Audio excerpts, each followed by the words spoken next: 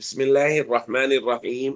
عن أبي أيوب رضي الله تعالى عنه قال: كان رسول الله صلى الله عليه وسلم إذا أتي بطعام أكل منه وبعث بفضله إليه. الحديث رواه مسلم. سیدنا ابو ایوب انصاری رضی اللہ تعالیٰ عنہ بیان فرماتے ہیں کہ نبی کریم صلی اللہ علیہ وسلم کے پاس جب کوئی کھانا لایا جاتا تو حضور علیہ الصلوۃ والسلام اپنی ضرورت کے مطابق تناول فرما لیتے تھے، اور جو بچ جاتا تھا اسے میرے پاس بھیج دیتے تھے۔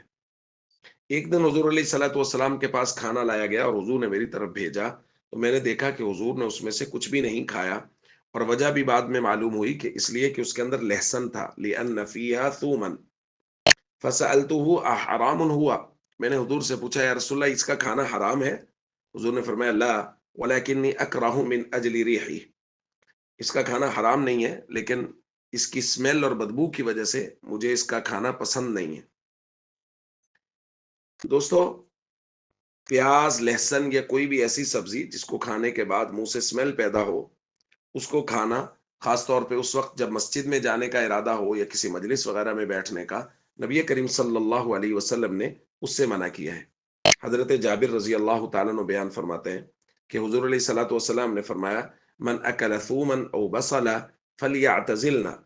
جو آدمی لہسن یا پیاز کھائے وہ ہم سے دور رہے، یعنی وہ کسی مجلس میں نہ بیٹھے۔ اور بعض روایات میں حضور علیہ الصلوۃ والسلام نے فرمایا فلیعتزل مسجدنا، وہ ہماری مسجد سے دور رہے، ہماری مسجد کے قریب نہ آئے۔ تو کچا لہسن اور پیاز کھا کے مسجد میں آنا یہ درست نہیں ہے، یا کوئی بھی ایسی چیز استعمال کر کے جس کی وجہ سے منہ میں اسمیل پیدا ہو رہی ہے تو مسجد میں آنا قطعاً درست نہیں ہے، کسی مجلس میں بھی نہیں بیٹھنا چاہیے۔ ہمارے ہاں یہ بہت بڑی بدقسمتی ہے کہ مجالس میں بیٹھ کے لوگ ایسی چیزیں استعمال کر رہے ہوتے ہیں جن کی وجہ سے نہ صرف ان کے منہ سے اسمیل آ رہی ہوتی ہے بلکہ پوری مجلس میں اس کی اسمیل اور اس کا دھواں پھیل رہا ہوتا ہے۔ سب حضرات سمجھ گئے ہیں کہ سگریٹ جو لوگ پی رہے ہوتے ہیں مجلس میں بیٹھ کے، وہ مجلس میں بھی اس کی وجہ سے ایک بدبو کی کیفیت ہوتی ہے، اور جو لوگ پی رہے ہیں ان کے منہ سے بھی وہ اسمیل آ رہی ہوتی ہے۔ اور عجیب حیرانگی کی بات یہ ہے کہ جو لوگ یہ پی رہے ہوتے ہیں وہ بڑے فخریہ انداز میں پی رہے ہوتے ہیں۔ نبی کریم صلی اللہ علیہ وسلم نے اس کو قطعاً پسند نہیں کیا، مجالس میں جانے سے منع کیا، مسجد میں جانے سے منع کیا کہ اگر کوئی ایسی چیز استعمال کر لی ہے، کچا پیاز ہے، کچا لہسن ہے، تو پھر مجلس میں نہ جائیں، مسجد میں نہ جائیں۔ تو یہ بہت عجیب بات ہے کہ اسمیل والی بدبودار چیزوں کو استعمال کیا جا رہا،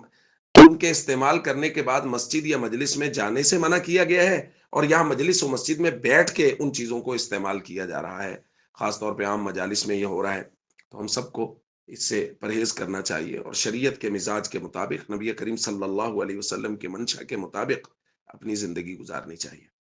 السلام علیکم ورحمۃ اللہ وبرکاتہ۔